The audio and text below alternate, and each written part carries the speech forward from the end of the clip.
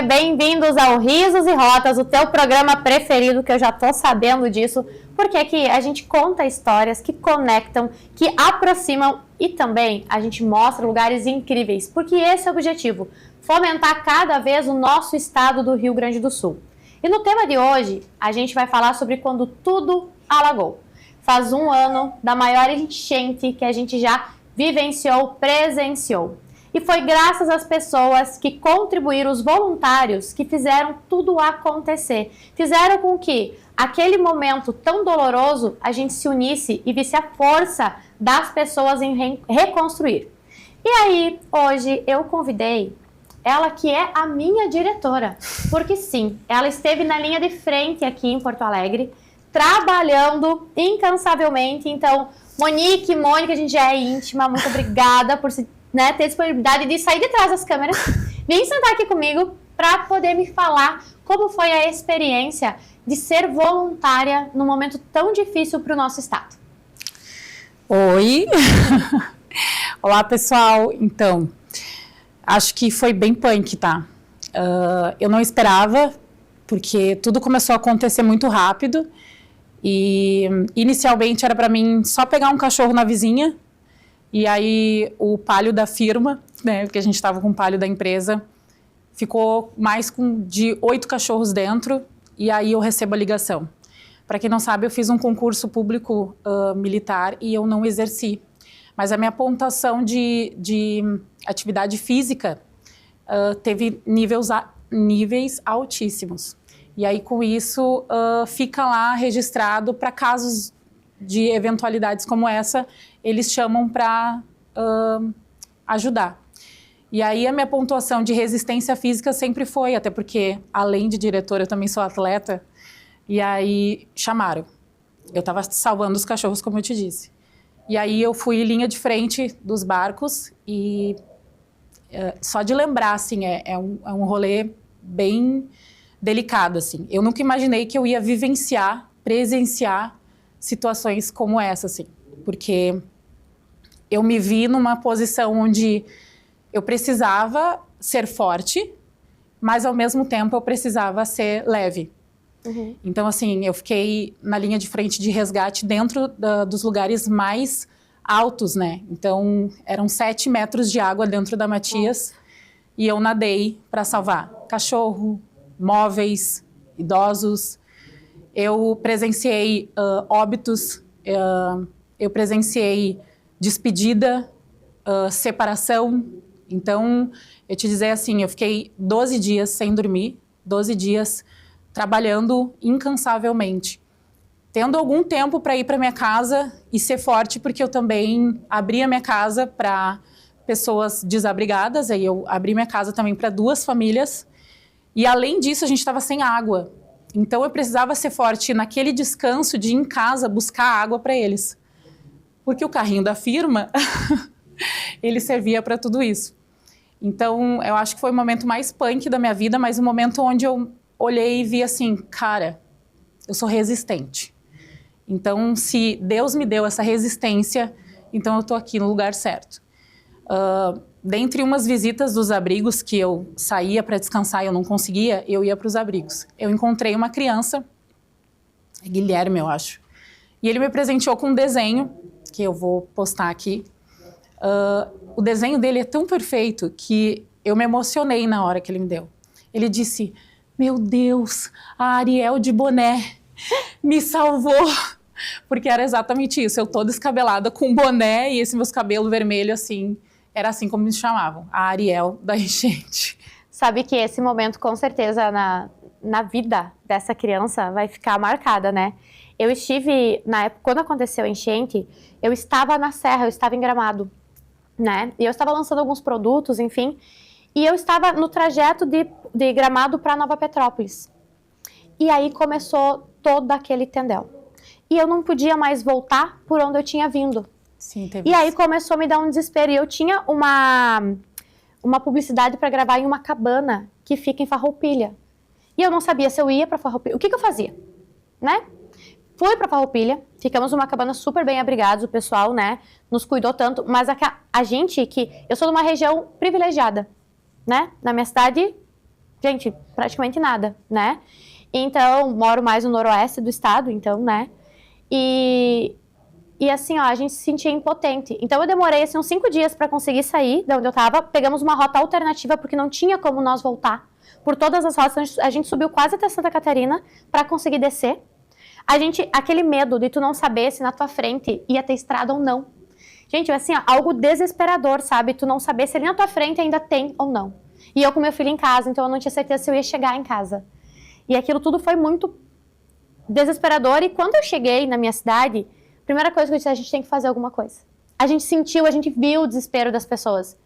Porque na cabana que eu tava, eu via o desmoronamento e enchendo o rio, sabe? Só que eu tava bem em cima, então eu não corria risco.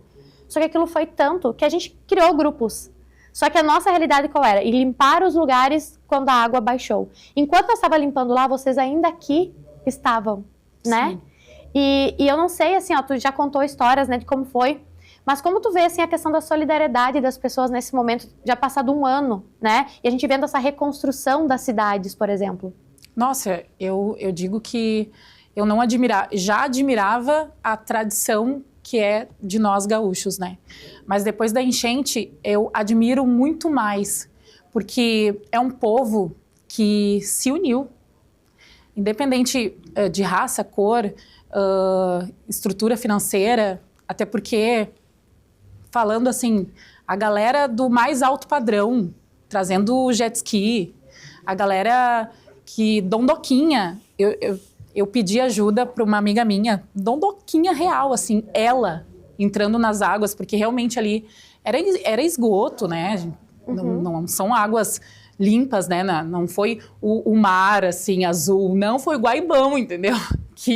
Então era bem ruim, bem sujo. E as patricinhas lá indo ajudar, então, tipo assim, foi bonito de ver, sabe? Tinha momentos, assim, que eu me parava, assim, porque tu fica em transe, e eu olhando aquelas cenas, assim, tipo, de pessoas, elas simplesmente, o nível social, raça, cor, tribo, religião, se igualou. Ficaram na mesma linha. Eu vi gente ajudando, eu vi depois gente que ajudou precisando de ajuda, porque era exatamente isso que acontecia. Eu vi uma situação em que o cara não tinha entrado água ainda na casa dele e ele estava ajudando a quadra de baixo. E ele ajudando e tal, daqui a pouco ele, por favor, agora eu preciso de ajuda, voltei em casa e perdi tudo. Então era essa situação. Tu ajudava o outro e quando vê tu estava precisando de ajuda também.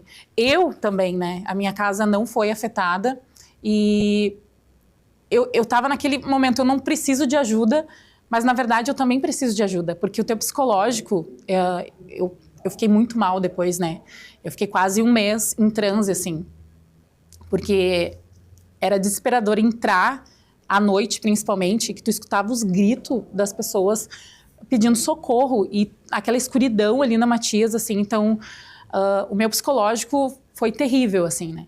Mas o essencial foi voltar para casa e o meu filho de 11 anos, ele me tem como uma heroína, né? Então eu acho que era ele principalmente, né, e a minha filha que dizia, mãe, por favor, só volta para casa. E mãe, ele tem na cabeça dele que eu salvei uma amiga minha que eu levei para casa. Ele tem na cabeça dele que eu salvei ela de helicóptero. O filho, ele cria, né? Ele cria. Visão. E aí ele contando para os amigos dele, não, porque a minha mãe, ela desceu de helicóptero pela uma corda e pegou a amiga dela e trouxe para casa. Ou seja, a minha mãe vai te salvar. Isso é muito da gente te ouvir falar assim, porque você vivenciou uma situação. Nós, que estamos, né, mais retirados, a gente vivenciou outra. Então a gente vinha, né? A gente montou lotações. Os ginásios da nossa cidade ficaram lotados de doações. Lotados, sabe? E a gente montava equipes, a gente vinha e a gente começava a limpar. Teve um mercado que na cidade de Mussum a gente limpou. Gente, assim, eu lembro até hoje, eu conversei muito com o dono e esses dias uma das meninas das voluntárias voltou lá. E ele disse assim, vocês salvaram a minha vida, no sentido de que vocês mostraram o quanto a gente pode precisar do outro e quanto o outro pode nos ajudar. Né? A gente fez com que o negócio dele voltasse. Por que a gente pensou? Tem muita gente limpando as casas, a gente fazia isso também, mas quando a gente viu aquele mercado, falou, não, peraí, aqui a gente vai fazer a economia voltar a girar aqui dentro. Girando a economia, a gente vai fazer com que a cidade se reerga, porque é isso que a gente precisa fazer. né? Eu sempre digo que o dinheiro não nasce no estado. Então a gente precisa que a economia gire dentro dos municípios. Então a gente foi para isso. Depois a gente adotou uma família que a gente limpou, a gente colocou o telhado, o Pix. Então assim, foi um trabalho lindo, justamente para mostrar o quê? Que nós dependemos uns dos outros. Nenhum de nós é uma ilha. Eu sou formada em filosofia e o principal dilema é: nenhum de nós é uma ilha. Ninguém vive isolado. A gente precisa uns dos outros. Pessoas são difíceis? São, e como são difíceis. Mas a gente precisa de pessoas. E essa situação, por mais triste que ela tenha sido, né, e a gente ainda passa por uns lugares que ainda estão se reconstruindo, a gente sabe que ali teve união. E não existe nada mais lindo do que as pessoas se ajudando para ajudar, né? E eu fico também muito emocionada também a perseverança do empresário gaúcho. Porque teve muitas perdas e essa galera não parou. Essa galera se reinventou. Essa galera literalmente limpou a sujeira e voltou com tudo, assim, né? Aquela situação fez do momento difícil, pegou força, né? Então, e não só o Estado, mas como eu fiquei também... Todo o Brasil se movimentando, levando caminhões, né? Gente, eu acho que foi o momento mais triste, mas um momento mais admirável para nós aqui. Hoje, eu vejo o Rio Grande do Sul. Antes eu trabalhei muito tempo no Rio de Janeiro e lá eles veem o gaúcho muito como grosso, sabe? Muito grossão, assim. E hoje a gente leva o gaúcho como o empático. Porque foi exatamente isso que nos ensinou a empatia que nós tivemos, né? Os gaúchos tiveram muita empatia a tudo e todos, e não só os gaúchos, os brasileiros também. Foram muito empáticos com a gente em fazer mutirões, né? Mandar muita roupa. Gente, era realmente emocionante de ver. Eu não consegui ver no momento em que estava... Eu não estava entendendo o grandioso que estava fora daqui do estado. Eu só consegui ver depois, né? Porque eu estava trabalhando ali bem pesado. Mas depois que eu vi, foi emocionante. Hoje eu tenho muito mais orgulho de quem eu sou e da tradição que eu carrego. E eu não sei se tu viu, e te convido até para olhar, fizeram homenagens ali na Orla do Guaíba. Nossa, que legal. Com uma estrutura metálica com um tamanho onde atingiu as águas. Nossa. Então ali também ficou uma cena simbólica pra gente, né? Ali na Orla e também no Pontal, que são várias estátuas também de ferro, uma dando mão para outra. É lindo, e isso ficou ali pra gente lembrar do maior desastre que a gente teve aqui no Rio Grande do Sul e também para simbolizar esse povo gaúcho que passou por isso e continua perfeito como é. Tu sabe que, tu falando, né, o povo gaúcho era conhecido como grosso, né? Mas sabe por que eu vejo o povo gaúcho como um povo que batalha, que trabalha? Então a gente às vezes tem essa fama, porque a gente está produzindo, a gente quer fazer, então às vezes, muitas vezes a gente está fazendo 4, 5 coisas ao mesmo tempo. Esse é uma característica do povo gaúcho. E é justamente por isso que nesse momento a gente conseguiu reconstruir esse estado num tempo recorde. E praticamente sem nada de benefícios do governo federal. A gente sabe que o dinheiro não chegou, que muita coisa foi os próprios empresários, né, que contribuíram e ajuda aqui, ajuda ali. Então, isso mostra que a gente tinha essa questão, mas porque a gente tem perseverança de continuar, de construir, de ir pra frente. E a gente olha, por exemplo, tô falando, né, a gente estava numa situação que eu me sentia privilegiada e a gente se sentia mal por isso. A gente se reunia, às vezes, com os amigos, a gente não conseguia sorrir. Porque a gente, como é que nós vamos estar sorrindo? Porque a gente não está lá ajudando. E a gente achou a forma que a gente achou de poder ajudar, né, de poder fazer alguma coisa. Porque realmente foram as ações humanas, as mãos humanas que fizeram com que o Estado se reconstruísse, né? E eu precisava falar disso, e eu fico muito feliz que tu aceitou, né, sentar aqui, por ser linha de frente, quando tu me disse, né, sou linha de frente. Eu fico muito feliz com isso, porque a gente precisa realmente ouvir quem foi linha de frente. Ouvir a galera, que a gente sabe que teve a galera que não fez muita coisa, e que gosta de falar. Então, a gente ouvir quem realmente entrou na água, quem realmente sujou o pé de lama, né? Como foi? É gratificante pra gente entender. Então, muito obrigada, Moni, mais uma vez por tu ter sentado aqui, né? Por ter conversado comigo sobre isso. Não sei se tu tem mais alguma coisa para acrescentar sobre o assunto. Agradeço a oportunidade, né, de mostrar. Às vezes hoje a gente olha, inclusive a minha equipe também participou também nos resgates, assim. Então, eu tô aqui em nome da minha equipe e de todas as pessoas que fizeram do braço a sua força, fizeram do seu corpo um movimento de ajuda. Então, eu represento toda essa galera que teve força, perseverança, empatia, paciência e perseverança, né, de depois de tudo isso se reerguer. Te agradeço, então, a gente encerra o ponto a ponto, mas a Moni não vai embora não, ela vai ficar mais um pouquinho aqui comigo, porque a gente já vai entrar no próximo quadro, eu já volto.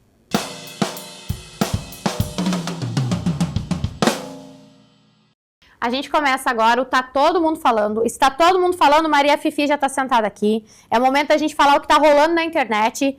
E é o seguinte, a gente viu durante o percurso, o período da enchente aqui no Rio Grande do Sul, o quanto os influenciadores foram importantes nesse processo, o quanto eles contribuíram trazendo pix, fazendo vaquinha, mostrando o que estava acontecendo, que foi através da internet que muita gente soube o que estava acontecendo no Rio Grande do Sul. Foi a nossa ferramenta mais rápida de comunicação e de pedir ajuda. Mas eu quero entrar num ponto aqui com a Moni, principalmente, do seguinte ponto. Como a gente pode lidar com a responsabilidade dos influenciadores nas redes sociais, já puxando o gancho, Moni, porque tá em alta aí nos últimos dias, nos últimos meses, a questão da CPI das bets, né, que a gente teve influenciadores sendo investigados. Como tu vê esse papel do influenciador na internet para tanto ajudar como, quem sabe, não ajudar? Enfim.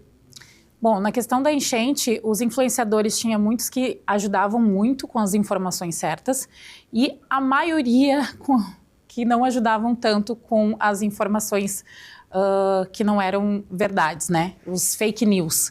Por exemplo, eu estava tentando resgatar uma amiga minha e aí usando a minha influência para pedir barco e etc., em prol de fazer o resgate dessa minha amiga.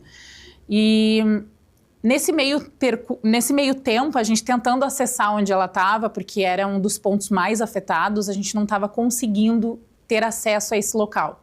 E eu muito preocupada porque o telefone dela estava descarregando e a gente precisava manter contato.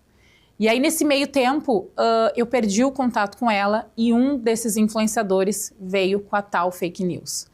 Fulana de tal foi resgatada, tal. Eu fiquei chocada porque eu pensei assim, não, beleza, conseguimos salvar ela, agora eu vou focar. E a menina ainda estava lá. Então, isso acabou atrapalhando, porque eu tive uma movimentação de barco de 2 quadras, né? E quando veio, eu estava precisando daquele barco para a minha amiga.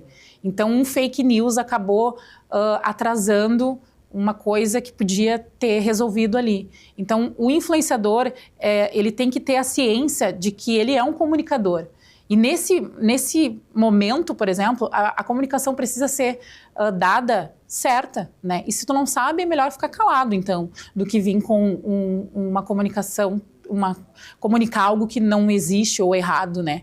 Eu olho muito por isso que essas páginas de fofoca fazem uma comunicação que prejudica emocionalmente as pessoas, né? A gente viu o caso do Whindersson? O Whindersson. Isso. Que fizeram uma fake news de uma menina que ele tinha possível ser relacionado. Uhum. A menina, aconteceu o que aconteceu, né? Então, assim, a gente tem que saber até que ponto a gente tem que falar algo, né? E aí o influenciador, ele tem que ser bem responsável sobre o que ele vai colocar na internet. Sabe que eu vejo hoje, assim, uma necessidade de viralização. Todo mundo quer ser influenciador e falo como influenciadora, né? O trabalho que a gente tem, muitas pessoas não entendem o trabalho.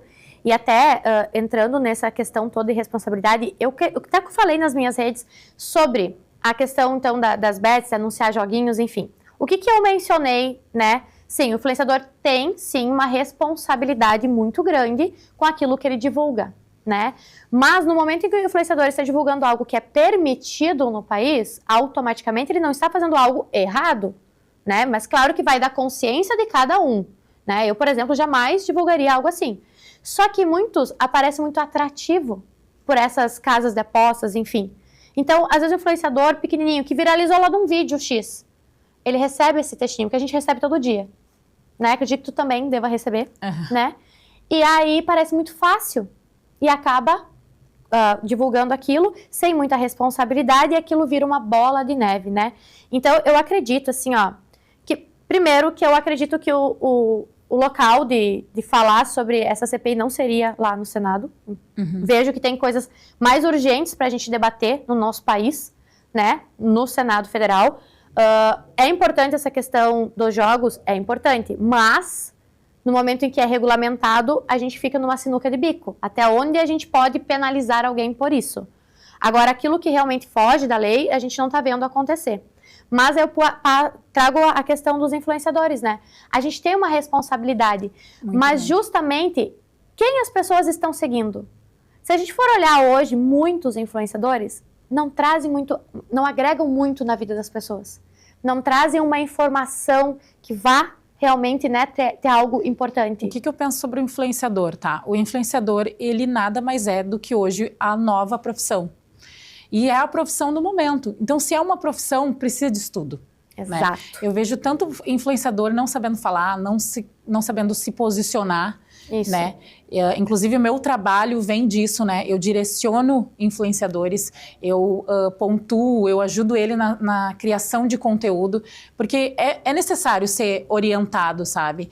Porque sair falando, sair postando uma coisa sem contexto, sem nexo, né? E não ter também a responsabilidade de entender a tua informação vai cair para onde, né? Exatamente. Que é onde cai exatamente os joguinhos de apostas, né?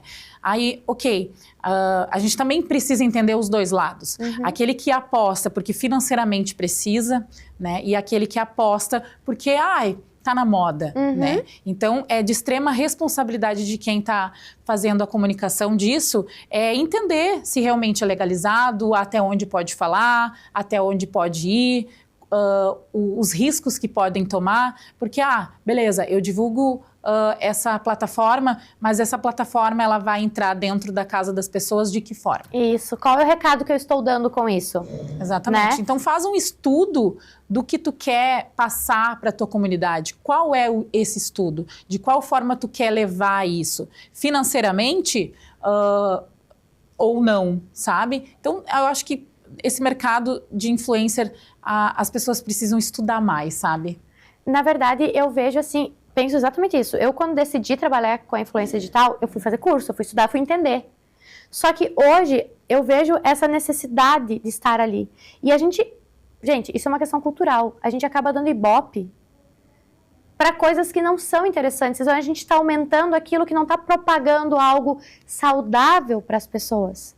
É o que eu vejo. Então, tem tanto influenciador bom que não consegue o espaço para crescer. E aí aqueles que não estão agregando muita coisa, ou que agregam de uma forma sem estudo, vou postar isso aqui que vai viralizar, vou postar isso aqui porque é interessante, acabam sendo acentuados, né? Então existe uma responsabilidade muito grande sobre quem é o influenciador e quem tu tá seguindo, porque quem tu segue diz quem tu é. Tu vai reproduzir aquele comportamento, isso é estudo, é científico que a reprodução ela acontece, né? Do conteúdo, enfim. Então, eu vejo como uma grande responsabilidade, algo que está muito na mídia aí, né, nas redes sociais, essa questão da responsabilidade do influenciador. Realmente prestar atenção em quem tu está seguindo, o que essa pessoa está te induzindo, de certa forma, a consumir, a fazer, enfim. O que ela te agrega, né? Penso que já seja nessa forma, né? Sim, nessa forma. Então, pelo amor de Deus, vamos estudar, vamos entender, vamos compreender. É isso a minha dica para ti, influenciador que está começando ou não sabe em que nicho. Presta atenção, o que tu gostaria de consumir. Bem nisso. Eu sempre digo, né? A gente tem que saber o que a gente procura, mas tem que saber aquilo que a gente entrega também. Moni, muito obrigada pela tua participação. Foi muito legal a gente falar de tudo isso, do que aconteceu no nosso estado, mas também entender que forças são necessárias, que pessoas precisam se unir e também entender que a internet é um grande elo, um grande caminho, mas precisa de responsabilidade de ambos os lados. Influenciadores, mas também em quem está dando o ibope para esses influenciadores. A gente já volta. Você já parou para pensar no poder de transformação que está em suas mãos? Hoje eu quero te convidar a mergulhar em um universo de possibilidades, onde cada sonho se torna uma meta alcançável. Bem-vindos à Metaura! Com 17 anos de experiência e uma equipe de 22 funcionários dedicados, a Metaura é uma empresa familiar localizada em Não Me Toque, comprometida em fornecer soluções confiáveis com foco na excelência e na plena satisfação dos seus clientes. Aqui, o seu futuro é feito em aço.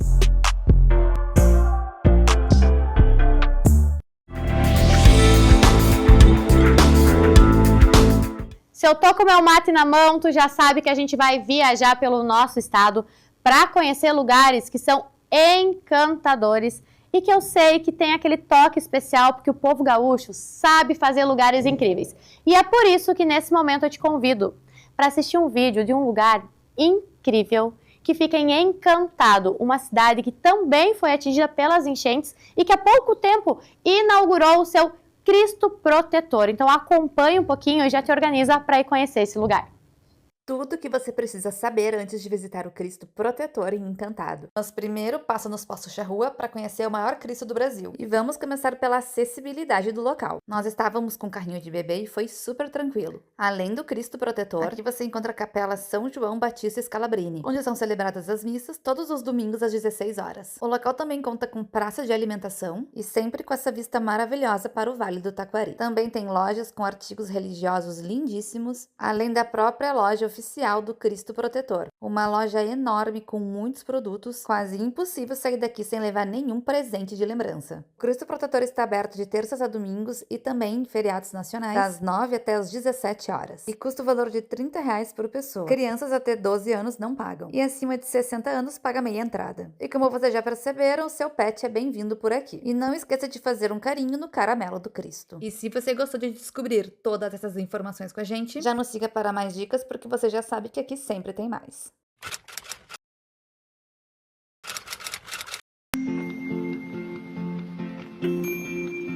Ele é a nossa alegria. Ele é a nossa alegria, ele traz leveza. Sem dúvida, ele traz leveza. Em abril de 2023, depois de um feriado com muitas visitações, apareceu o Caramelo. E o Caramelo ficou aqui no dia da visitação, a equipe de acolhimento acabou alimentando ele, dando água, dando carinho, e ele ficou.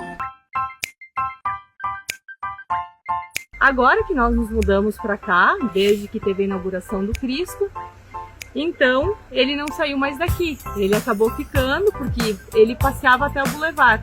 Ele descia até o Boulevard, lá tem o Flecha, que é amigo dele. Então volta e meia ele descia e ficava bastante tempo lá, a gente tinha que buscar ele. Só que como a gente está ficando aqui direto, o nosso escritório administrativo ele acabou vindo para cá, então agora ele está direto aqui em cima. Então ele dorme muitas vezes aqui dentro do prédio do administrativo conosco.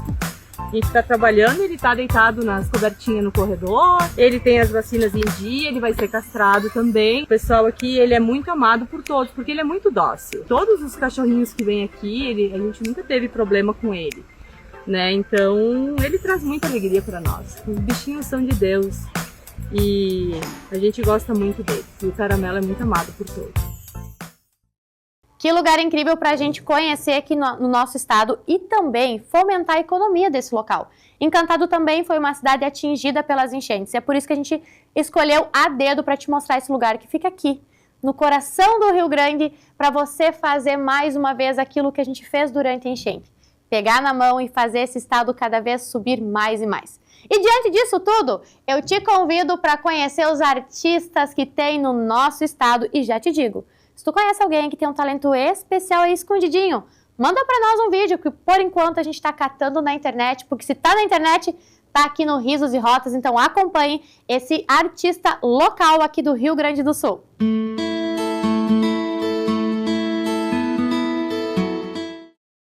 E aí, minha gente, tudo bom? Então, uma alegria muito grande estar aqui com vocês, nesse programa lindo. Franz, querida, muito bom falar contigo de novo.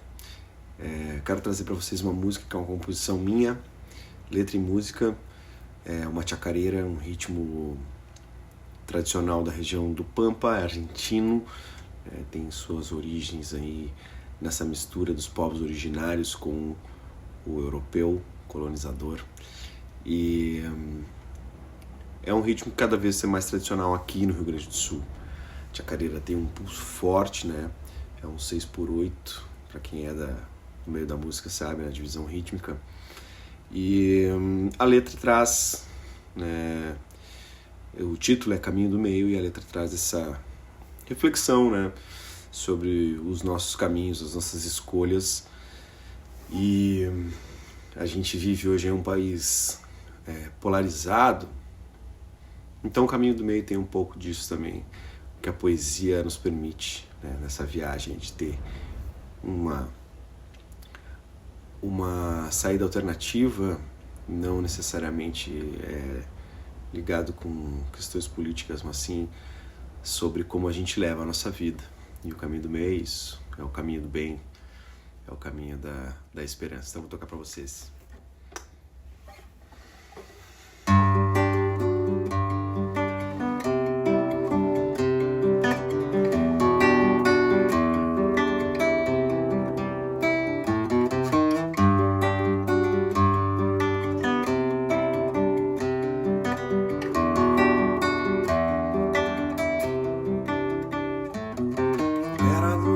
De lá, mudança que sonhara, com a esquerda na razão, mas não.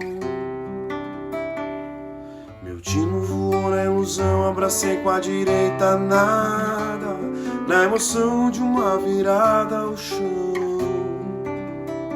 Hoje sou só solidão, resumo de um tipo perdido, sem senso ou princípios, fudido no meio da contramão. Penso que escolher um lado é seguir pela minha estrada, com o bem escorrendo nas duas mãos, juntando meus medos e os teus pra depois puxar a descarga. Te carrego comigo e divido o pão. Tu me verás como irmão, há tempo de voltar pro trilho, tirar o dedo do gatilho pra inverter padrão. Tu me verás como irmão, tempo de voltar pro trilho, tirar o dedo do gatilho pra inverter o padrão. Ei, ai, eu, ei, ai, ei, ai, eu, ei, ai, eu, ei, ai, ei, ai. Penso que escolher um lado é seguir pela minha estrada, com o bem escorrendo nas duas mãos, juntando meus medos e os teus pra depois puxar a descarga. Te carrego comigo e divido o pão.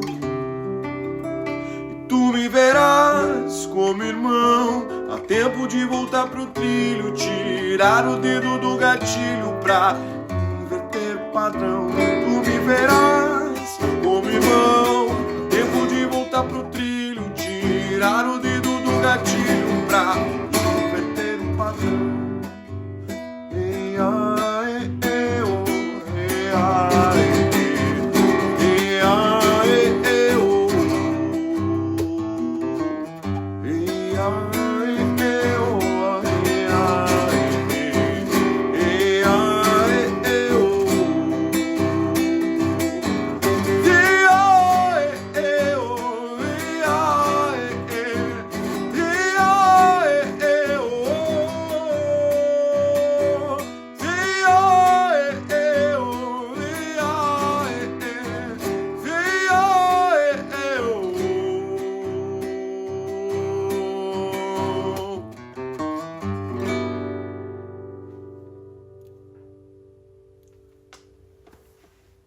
Quanto artista a gente já conheceu em alguns programas que vocês estão acompanhando, porque aqui é o lugar certo da gente entreter, da gente conhecer, da gente aprender e da gente aplaudir os nossos talentos locais.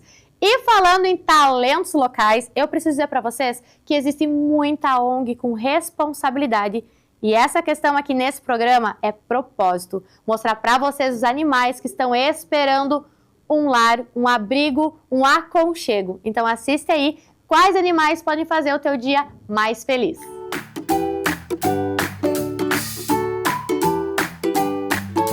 França, então, avisei que essa semana eu ia estar aqui para mostrar os cachorrinhos e cá estou eu. E eu trouxe a Lu para falar e explicar aqui que a gente está nesse momento no canil dos cãezinhos. Exatamente. Hoje, então, nós estamos com 77 cães aguardando adoção e 35 gatos, né? É importante salientar que cada adoção ela representa a oportunidade de um novo lar, um novo abrigo, né? A possibilidade de a gente receber um novo animal para atendimento veterinário, para tratar esse animal e para abrigar. O papel do abrigo, Monique, é servir de um período temporário de abrigagem, né? Não é um local definitivo. Esse animal ele não deve passar o resto dessa vida aqui. Ele precisa permanecer um tempo suficiente até que ele seja adotado. Um abrigo jamais deve ser visualizado como um local de acúmulo de animais, né? Jamais a gente trabalha nesse sentido, e sim no local de acolhimento temporário. Eles precisam estar bem, eles precisam estar felizes, né? Eles precisam estar adotáveis para que eles consigam encontrar uma família com muita atenção, né? Enfim, então, é de extrema importância que tu, que tenha um espaço e que goste muito de cachorro, vem aqui, gente, porque o que mais tem é cachorro louco para ser adotado por ti. E como... Essa sessão é a sessão onde a gente coloca os animais que são os mais velhinhos ou que tem algum problema, né? Por exemplo, o tortucho, ele foi atropelado, ele é mais vulnerável, né?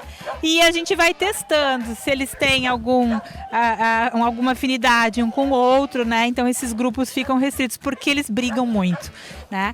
Aqui a gente procura fazer com que o animal seja livre, que ele possa rolar na grama, tomar sol. Os dois foram resgatados da enchente de maio do ano passado e foram os dois únicos que a gente não conseguiu adoção. E eles ficaram no abrigo todo aquele tempo junto, então eles têm uma amizade assim íntima, os dois, né? Eles se escondem e ficam dentro da casinha, só os dois. Os outros meio que rejeitam eles, né? Então um protege o outro. Eles são muito carentes, né? Passaram momentos muito difíceis o ano passado junto. E ficaram amigos. E ficaram amigos e um protege o outro. Então é bem interessante, a gente tem momento dos demais ali afugentando eles, né? Brigando com eles e eles se protegem dentro da casinha. É muito querido, né? São muito lindos. Então quem adotar vai ter que adotar os dois. Exatamente, eles têm um cantinho para eles, assim, né? Então é sobre isso, né, gente? Já mostramos todos os cachorros que a gente tem aqui disponível e agora, ficar reclamando aí que não tem amor. Aqui é um monte de amor para vocês, ó. Olha aqui, um monte de amor. Um monte por aí, por tudo. Então já sabe onde vir, né? E eu me despeço por aqui, Franci. Quanto cachorro que tem para adoção, né? Então, já sabe, quer adotar, eu te digo, deixa de ser palhaço e vamos adotar. A gente falou tanto em solidariedade, né? Então adotar um animal também faz parte disso e eu tenho certeza que a recompensa vai ser enorme, é por isso que a gente dedica esse tempo aqui nesse programa. E falando em programa, a gente chega ao fim de mais um Risos e Rotas, mas eu já te disse, não fica triste porque eu volto, agora tu vai ter que se acostumar com uma tagarela aqui, trazendo tudo sobre o nosso estado. Mas antes de eu falar um tchau efetivo, eu preciso olhar diretamente para ti e te dizer uma coisa. A vida da gente é feita de pessoas. Pessoas nem sempre são fáceis, mas tu já parou para pensar que cada um de nós carrega histórias que ninguém nunca contou? No fim, estamos todos juntos no mesmo barco, remando muitas vezes para o mesmo lugar. Sabe o que falta? Tu olhar para o outro e entender que ele é um ser humano assim como você. Até mais!